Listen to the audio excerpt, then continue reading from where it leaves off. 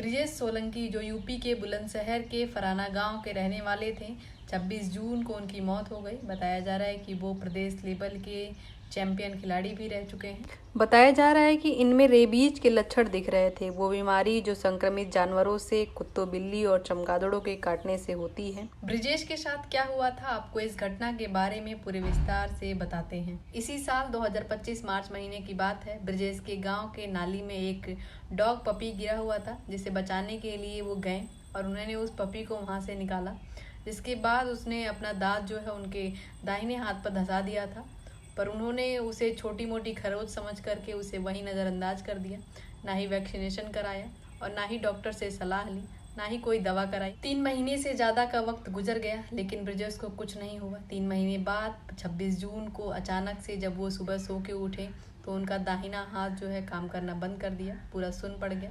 कुछ देर बाद उनकी पूरी बॉडी सुन्न पड़ने लगी, फिर उन्हें सांस लेने में प्रॉब्लम होने लगी।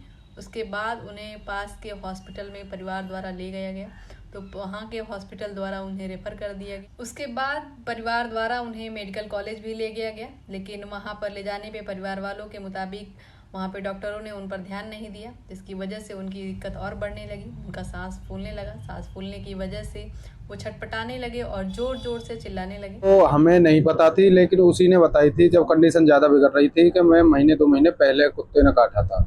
एक बच्चा था नाली में, वो पड़ा था, तो जब जा रहा था भाई तो उसने नाली में से निकाला था, तो एक दांत मार गया था। उसने ज़्यादा गौर दी नहीं, क्योंकि आज तक ये केस हमारे सामने आया ही नहीं कि ऐसा केस क्या है, ये कुत्ते काटे का ऐसा भी कोई केस होता है। ये तो डॉक्टर ने बताया था जब वो था कि वो उससे सांस लेने की ज़्यादा प्रॉब्लम थी, तो जब उसको सांस नहीं लिया जाता तो वो थोड़ा चीख मारता था, तो चीख से उसे ऑक्सीजन मिले। ब्रिजेश के परिवार का कहना है कि हॉस्पिटल ले जाने के तुरंत थोड़ी देर बाद उनकी तबीयत जो है और ख़राब होने लगी और कुछ देर बाद ही उनकी मृत्यु हो गई।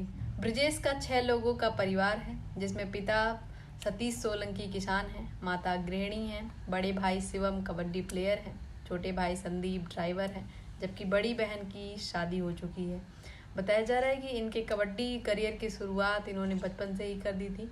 बहुत मेहनती और लगनशील व्यक्ति थे। इनके कबड्डी करियर की बात करें तो 2025 में इन्होंने प्रदेश स्तरीय गोल्ड मेडल भी जीता था और 2026 के नेशनल लेवल की तैयारी में वे जुटे हुए थे, लेकिन उससे पहले ही उनकी मौत हो गई। अंत में सिर्फ इतना कहना चाहूँगी कि अगर आपको कोई भी जानवर जैसे चमगादड़ या फिर बिच्छू का डंक मारना या फिर सर्प का काटना, कुत्ते का काटना, ऐसी कोई भी जानवर की घटना आपके साथ घटती है तो आप 24 घंटे के अंदर अंदर डॉक्टर से सलाह ज़रूर लें, इंजेक्शन ज़रूर लगवाएं और जैसे भी डॉक्टर सलाह देते हैं उसका जो प्रक्रिया है उसका पालन ज़रूर करें, क्योंकि ये चीज़ें ऐसी हैं कि तुरंत घातक नहीं होती हैं, लेकिन कुछ समय बाद ये फिर बीमारी के रूप में आपको परेशान कर सकती हैं, जिससे आपकी मौत भी हो सकती है, जैसे कबड्डी के इस खिलाड़ी की हो गई। भारत सरकार को भी सड़कों पर बढ़ती जानवरों की जनसंख्याओं और उनके वैक्सीनेशन पर खास ध्यान देना चाहिए, जिससे उनमें बढ़ रही रेबीज के कीटाणु की मात्रा कम हो सके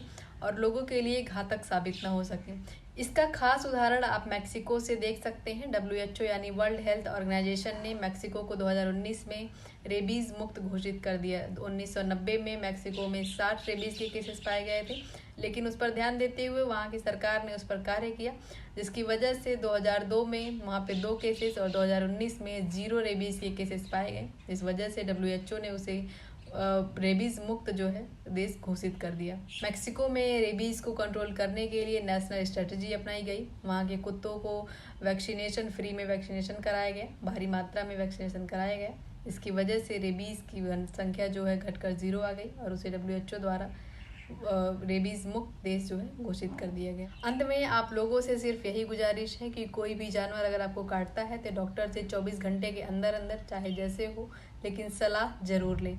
और आपकी इस घटना पर क्या राय है कमेंट बॉक्स में ज़रूर बताएं। धन्यवाद।